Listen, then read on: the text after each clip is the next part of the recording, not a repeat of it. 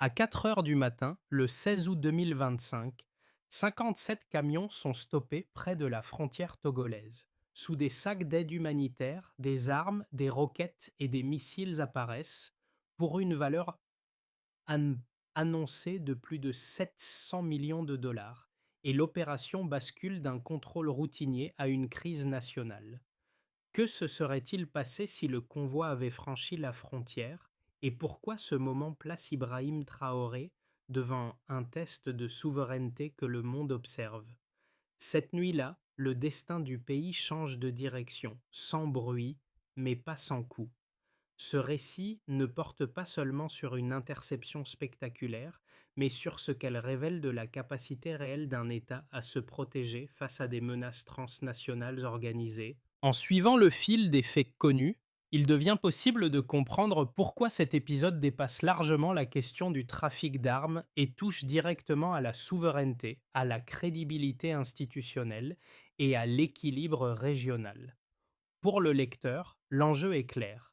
Saisir en quelques minutes comment un événement nocturne peut modifier durablement la position d'un pays, ses alliances et la perception qu'en ont ses citoyens comme ses partenaires. L'affaire pose aussi une question plus large, rarement formulée de manière directe. Jusqu'où un pays du Sahel peut-il aller pour démontrer qu'il n'est plus uniquement un terrain d'ingérence, mais un acteur capable de contrôle et d'anticipation? C'est cette promesse d'explication, appuyée sur des faits et des conséquences concrètes, qui guide la suite du récit et prépare la compréhension de ce qui s'est réellement joué après l'arrêt de ces 57 camions. Plus de 57 camions, une valeur estimée à plus de 700 millions de dollars et un itinéraire fragmenté en plusieurs branches. Dès les premières heures, l'ampleur réelle de l'opération apparaît comme bien supérieure à un simple cas de contrebande. En quelques phrases, les enquêteurs comprennent que cette cargaison n'a pas été improvisée, mais pensée, financée et coordonnée sur une longue période, avec des ressources rarement mobilisées pour un trafic isolé. C'est à ce moment précis que le dossier change de nature et que l'intervention prend une dimension stratégique directement liée à la crédibilité de l'État et au rôle d'Ibrahim Traoré. Le contexte dans lequel survient cette interception est essentiel pour en mesurer la portée. Le Burkina Faso évolue depuis plusieurs années dans un environnement sécuritaire dégradé, marqué par des frontières poreuses, des groupes armés mobiles et des rivalités d'influence dans l'ensemble du Sahel. Les saisies habituelles concernent généralement des quantités limitées, souvent dispersées, rarement capables d'altérer un rapport de force national. Ici, au contraire, les volumes découverts évoquent la capacité d'équiper plusieurs unités armées structurées sur une durée prolongée. Très vite, les premiers éléments matériels renforcent cette lecture. Les numéros de série relevés sur certaines armes renvoient à des zones de conflits extérieurs au Burkina Faso, notamment en Afrique du Nord et au Moyen-Orient. Cette diversité d'origine exclut l'hypothèse d'un réseau local unique et suggère une logistique internationale capable de faire converger des flux multiples vers un même point. Pour les services de renseignement, cette convergence est un signal fort. Elle implique coordination, financement et protection à haut niveau. Dans ce cadre, Ibrahim Traoré n'est plus seulement informé d'une saisie exceptionnelle. Il se retrouve face à une équation politique et sécuritaire complexe. Démontrer que l'État peut non seulement intercepter une menace, mais aussi en comprendre les ramifications, les rendre publiques et en tirer des décisions crédibles. La question ouverte au début prend alors tout son sens. Ce convoi n'était pas seulement une cargaison, mais un test grandeur naturé de résilience nationale. Sur le terrain, la compréhension de l'événement passe par ceux qui l'ont vécu minute par minute. Le capitaine Moussa Kaboré, chef des gardes-frontières dans la région concernée, apparaît rapidement comme un personnage pivot de cette séquence. Habitué au contrôle de routine et aux irrégularités mineures, il repère pourtant cette nuit-là une anomalie qui rompt avec les schémas habituels. Les camions avancent sans phare, à un rythme trop synchronisé pour être fortuit et convergent depuis plusieurs axes secondaires. Ce détail, apparemment banal, déclenche une décision immédiate de contrôle renforcé. L'impact de cette initiative est instantané. En quelques minutes, les équipes bloquent plusieurs points de passage et immobilisent les premiers véhicules. L'ouverture des cargaisons transforme l'intuition en certitude. Sous des sacs d'aide humanitaire se trouvent des armes de guerre soigneusement emballées et disposées avec une rigueur quasi militaire. Pour les hommes sur place, il ne s'agit plus de sécuriser un poste frontalier, mais de contenir une menace d'ampleur nationale. Cette phase initiale a des effets rapides au-delà du terrain. Les informations remontent vers Ouagadougou et la chaîne décisionnelle s'active sans délai. Ibrahim Traoré est informé de la situation et ordonne un verrouillage complet de la zone afin de préserver les preuves et d'éviter toute fuite. Le rôle de Caboret change alors de nature. D'officier de terrain, il devient un maillon central dans une opération qui engage la crédibilité de l'État. Pour la population locale et les forces déployées, l'impact est clair et immédiat. La menace n'est plus abstraite et la réponse ne relève plus de la routine. Ce moment marque un basculement. La sécurité nationale n'est plus une notion lointaine, mais une réalité vécue, concrète, mesurable. Avant l'interception, rien ne distingue réellement ce convoi des dizaines d'autres qui traversent régulièrement les zones frontalières. Les documents de transport semblent en règle, les chargements sont déclarés comme de l'aide humanitaire et les itinéraires paraissent cohérents pris séparément. Pourtant, en amont, une série de signaux faibles commence déjà à s'additionner. Des départs échelonnés depuis différents points, des horaires nocturnes inhabituels et une synchronisation trop précise pour relever du hasard. Ce sont ces éléments, mis bout à bout, qui préparent le terrain de ce qui va suivre. Le moment de basculer intervient lorsque les équipes sur place décident de bloquer simultanément plusieurs axes. Cette décision évite un scénario classique de dispersion dans lequel une partie du convoi aurait pu se fondre dans le trafic ou franchir la frontière avant toute vérification approfondie. 3 camions sont arrêtés presque au même instant, puis d'autres dans les minutes suivantes. L'effet de surprise joue pleinement et la réaction coordonnée empêche toute tentative de fuite ou de destruction de preuves. À mesure que les contrôles s'intensifient, la réalité du chargement apparaît de plus en plus clairement. Les sacs humanitaires dissimulent non seulement des armes légères, mais aussi des roquettes et des missiles soigneusement conditionnés. La progression de la découverte suit une logique précise. Identification visuelle, sécurisation du périmètre, inventaire préliminaire, puis transmission d'informations vers la hiérarchie. Chaque étape est documentée, car il devient évident que l'incident dépassera le cadre strictement militaire. Très rapidement, la situation entre dans une phase de gestion de crise. À Ouagadougou, une cellule dédiée est activée afin de centraliser les informations et d'assurer la cohérence des décisions. Ibrahim Traoré prend la direction politique de l'opération, non pour intervenir dans les détails techniques, mais pour fixer une ligne claire. Priorité à la sécurisation, à la préservation des preuves et à la compréhension complète du réseau impliqué. Cette posture vise autant l'efficacité opérationnelle que la crédibilité extérieure. Les heures qui suivent sont marquées par un travail méthodique. Les numéros de série sont relevés, les itinéraires reconstitués et les témoignages des chauffeurs comparés. Certaines incohérences apparaissent immédiatement, notamment sur l'origine réelle des cargaisons et sur les intermédiaires impliqués. Ces contradictions confirment que le convoi n'est pas un événement isolé, mais l'aboutissement d'une chaîne logistique plus vaste. Après, l'urgence vient le temps de l'évaluation. L'interception réussie empêche un transfert massif d'armement, mais elle ouvre aussi un champ de questions stratégiques. Qui devait recevoir ces armes et dans quel délai? Quelle aurait été la capacité de nuisance d'un tel arsenal s'il avait été déployé? En reconstituant la chronologie complète, les autorités comprennent que l'événement n'est pas seulement une victoire ponctuelle, mais un avertissement sur la nature des menaces futures. La séquence des faits, du premier signal à la sécurisation finale, révèle ainsi une réalité plus large.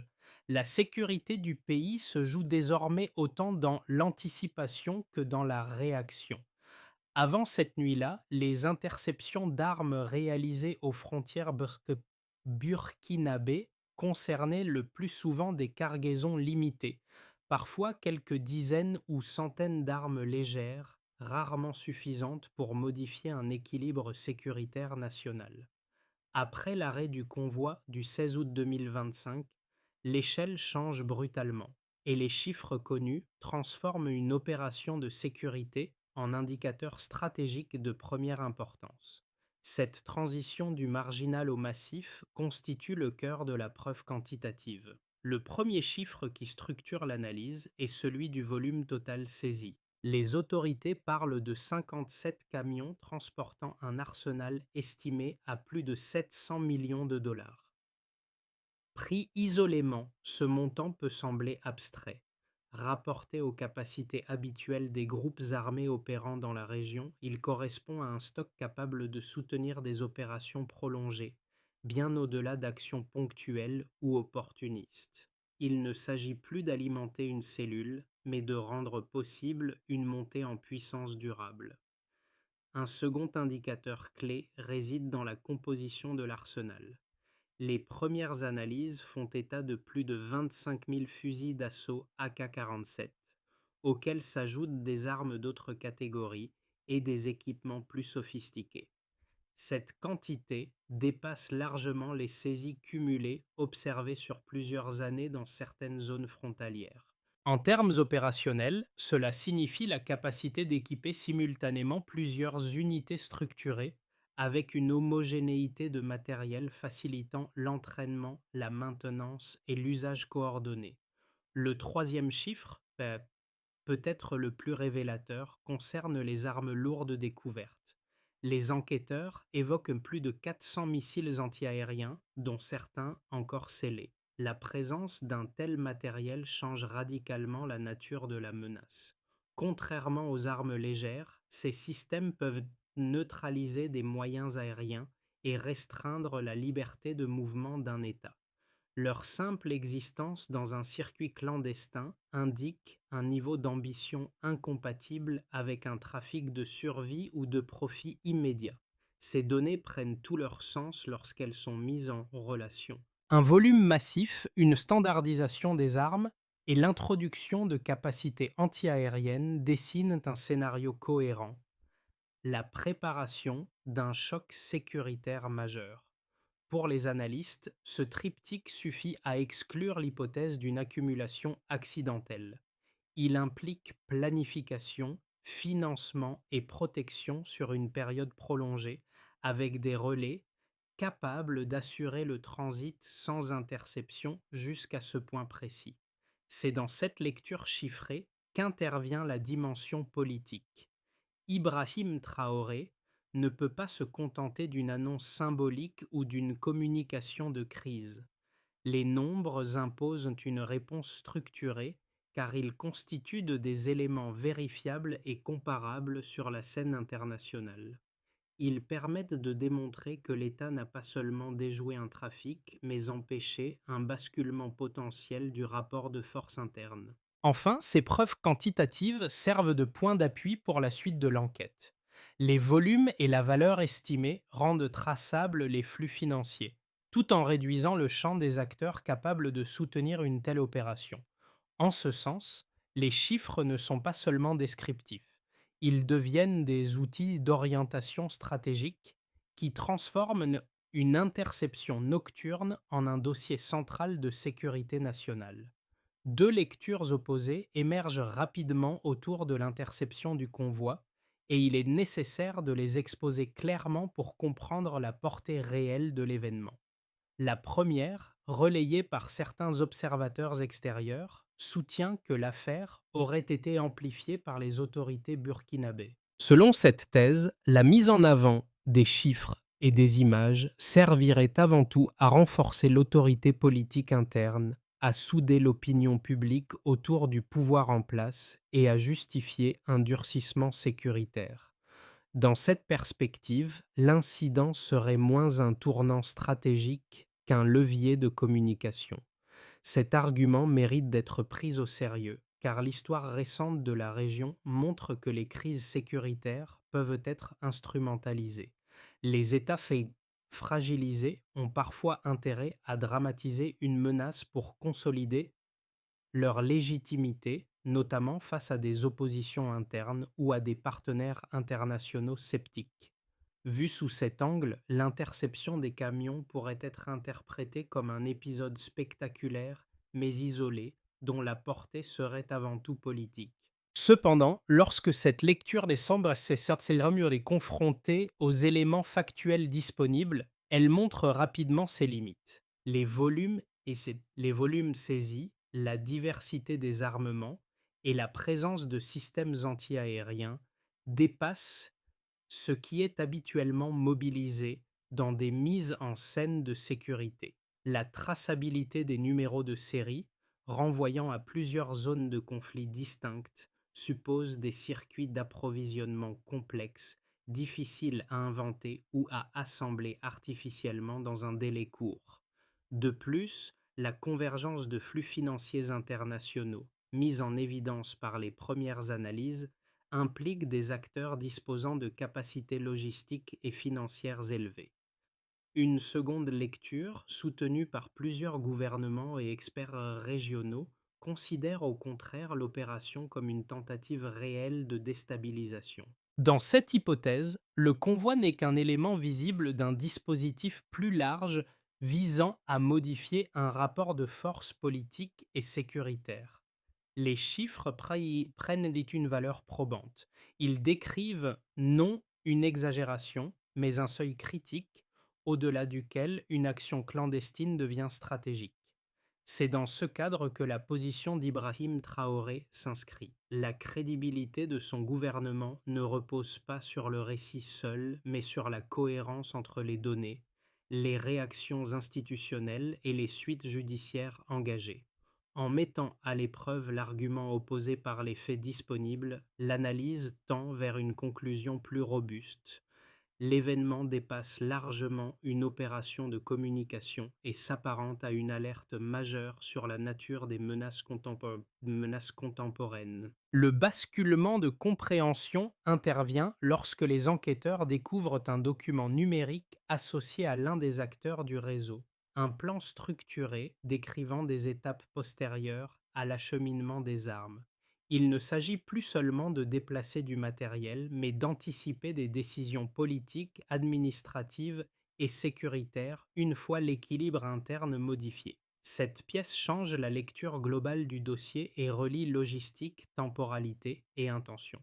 Ce détail, longtemps secondaire, éclaire soudain la cohérence de l'ensemble.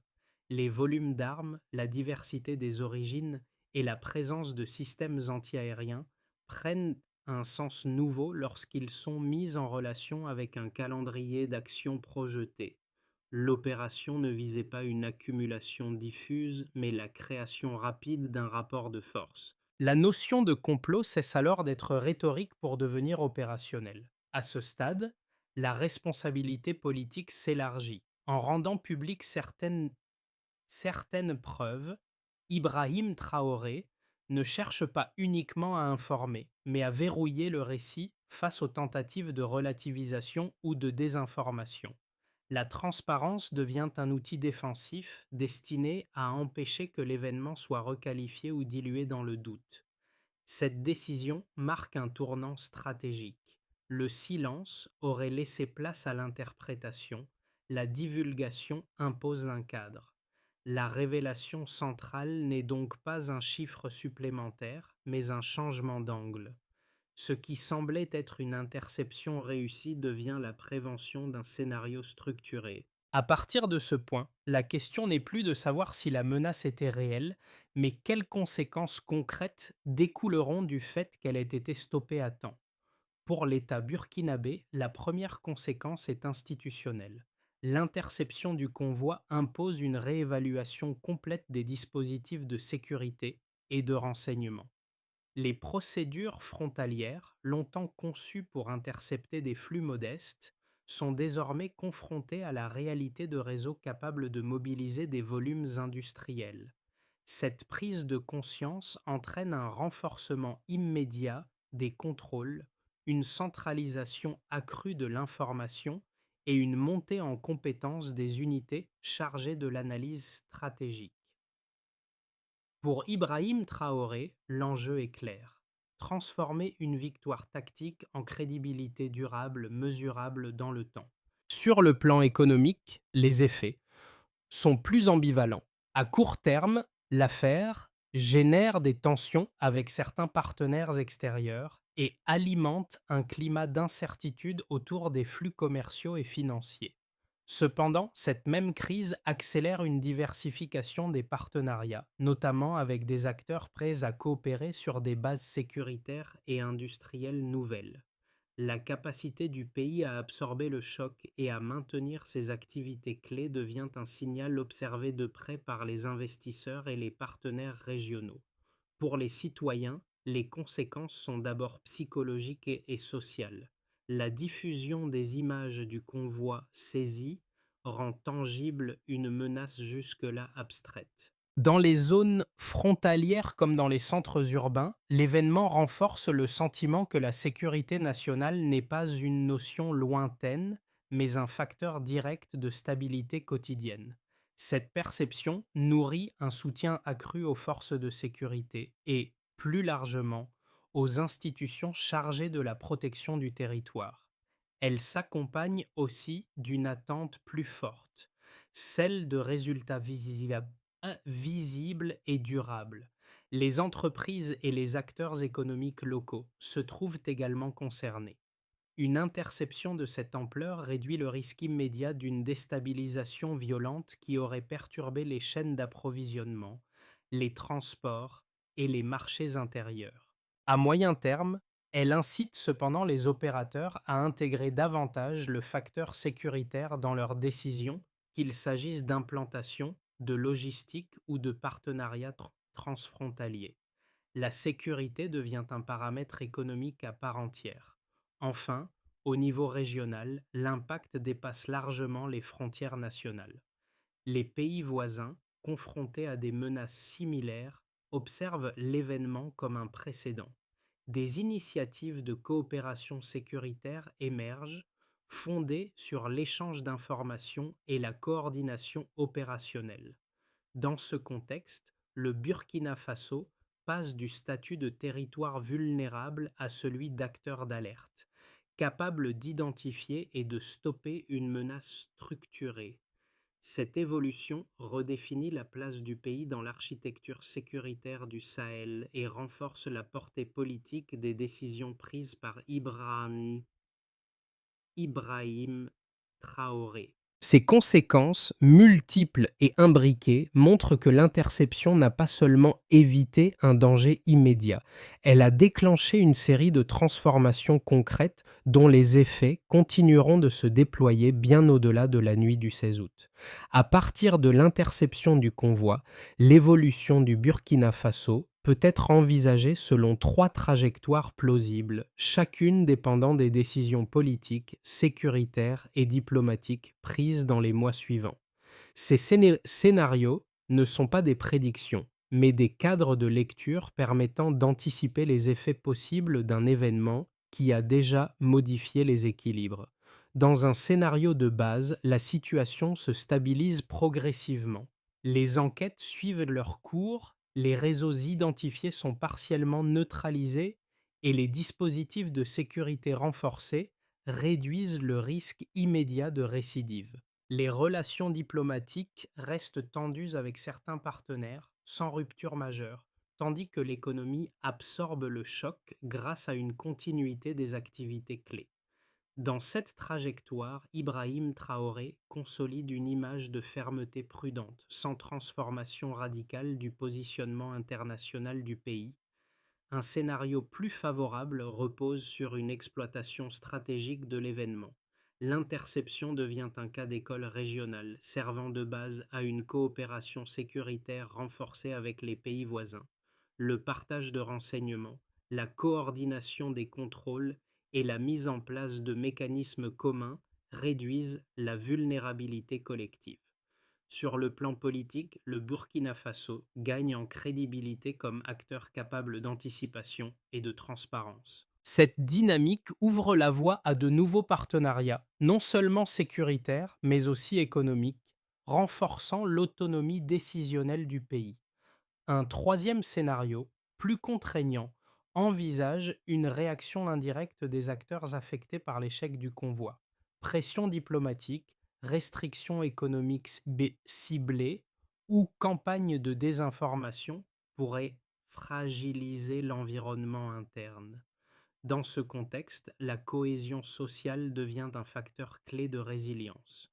Les institutions sont mises à l'épreuve, non par une menace armée immédiate, mais par une accumulation de tensions économiques et informationnelles. La capacité du gouvernement à maintenir la transparence et à préserver la confiance publique devient déterminante. Quel que soit le scénario retenu, un enseignement commun s'impose. La gestion de cette crise ne peut se limiter à une réponse ponctuelle. Elle exige une logique d'anticipation, où la sécurité, l'économie et la diplomatie sont pensées ensemble. Pour Ibrahim Traoré, l'enjeu des prochains mois n'est pas seulement d'avoir stoppé une menace, mais de démontrer que cet arrêt s'inscrit dans une trajectoire cohérente et durable. Au-delà des institutions et des équilibres régionaux, la crise du 16 août 2025 se répercute dans la vie quotidienne de plusieurs groupes, souvent éloignés des centres de décision. Pour les habitants des zones frontalières, l'interception du convoi donne un visage concret à une menace longtemps diffuse.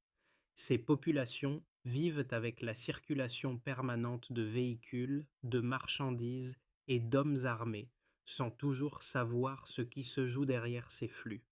La révélation de l'arsenal saisi transforme une inquiétude latente en certitude. La sécurité de leur quotidien peut basculer en une seule nuit. Pour la diaspora burkinabé, l'événement agit comme un révélateur identitaire. Loin du pays, beaucoup suivent les informations avec une attention accrue et redécouvrent le rôle que peut jouer l'État dans la protection de la souveraineté nationale. Les discussions, qu'elles aient lieu dans des associations, des cercles universitaires ou en ligne, témoignent d'un sentiment partagé, celui de voir le Burkina Faso sortir d'une image de fragilité pour affirmer une capacité d'action. Cette perception renforce le lien symbolique entre les citoyens de l'extérieur et les choix opérés à l'intérieur. Les jeunes diplômés, chercheurs et journalistes constituent un troisième cercle directement touché. Pour eux, mais la crise devient un objet d'analyse et d'apprentissage. Elle illustre la complexité des réseaux transnationaux, la circulation de l'information et l'importance de la vérification des faits. L'affaire nourrit une réflexion plus large sur le rôle des médias, la responsabilité des sources et la manière dont un récit peut influencer la compréhension collective d'un enjeu sécuritaire. Ces trois publics ne vivent pas la crise de la même manière, mais ils partagent une conclusion commune. La souveraineté n'est pas une abstraction réservée au discours officiel. Elle se manifeste dans des décisions concrètes, dans la capacité à prévenir un danger et dans la transparence qui permet aux citoyens de comprendre ce qui est en jeu. C'est à ce niveau intime et collectif à la fois que l'événement prend tout son sens. À la suite de l'interception, la question centrale n'est plus seulement ce qui a été évité, mais ce qui doit être construit pour empêcher toute répétition. Une première étape concerne le renseignement. Le renforcement des capacités d'analyse, la centralisation des données frontalières et la formation d'unités spécialisées permettent de détecter plus tôt les signaux faibles, avant qu'ils ne convergent en une menace structurée. L'objectif n'est pas la surveillance généralisée, mais la capacité à relier des indices dispersés dans un délai court. La deuxième étape touche aux moyens opérationnels, la modernisation des équipements, l'amélioration de la mobilité des unités et la standardisation des procédures d'intervention visent à réduire les angles morts exploités par les réseaux clandestins. Ici, la mesure du succès repose sur des indicateurs simples: temps de réaction, taux d'interception et coordination interservices. Ces critères rendent la politique de sécurité lisible et évaluable.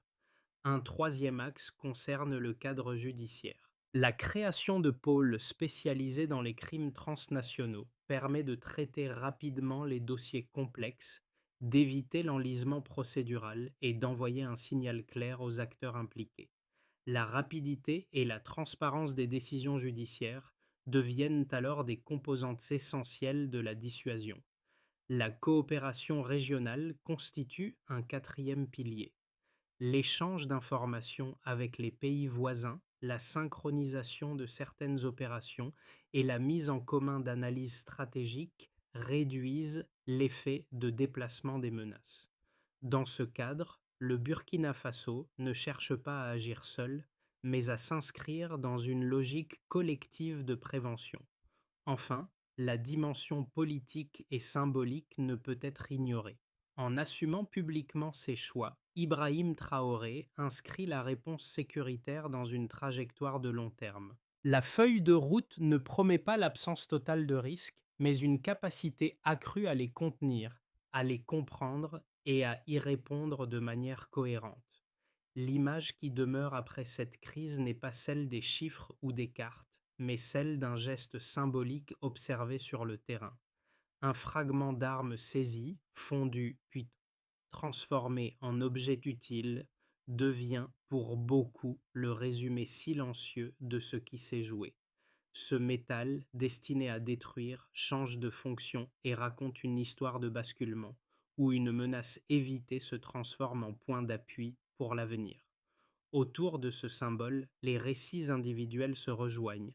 Les soldats qui ont procédé à l'interception, les habitants qui ont suivi l'affaire à distance, et ceux qui n'en ont compris l'ampleur qu'après coup partagent désormais une mémoire commune. Elle ne repose pas sur la peur, mais sur la conscience qu'un enchaînement précis de décisions a permis d'éviter un scénario irréversible. Ce rappel donne une épaisseur humaine à une crise souvent décrite en termes abstraits. Dans ce contexte, le rôle d'Ibrahim Traoré s'inscrit moins comme celui d'un acteur isolé que comme celui d'un point de convergence. Les décisions prises au sommet trouvent leur écho dans des actions concrètes, visibles, compréhensibles. Ce lien entre l'autorité politique et l'expérience vécue renforce la portée du récit collectif, bien au-delà de l'événement lui-même.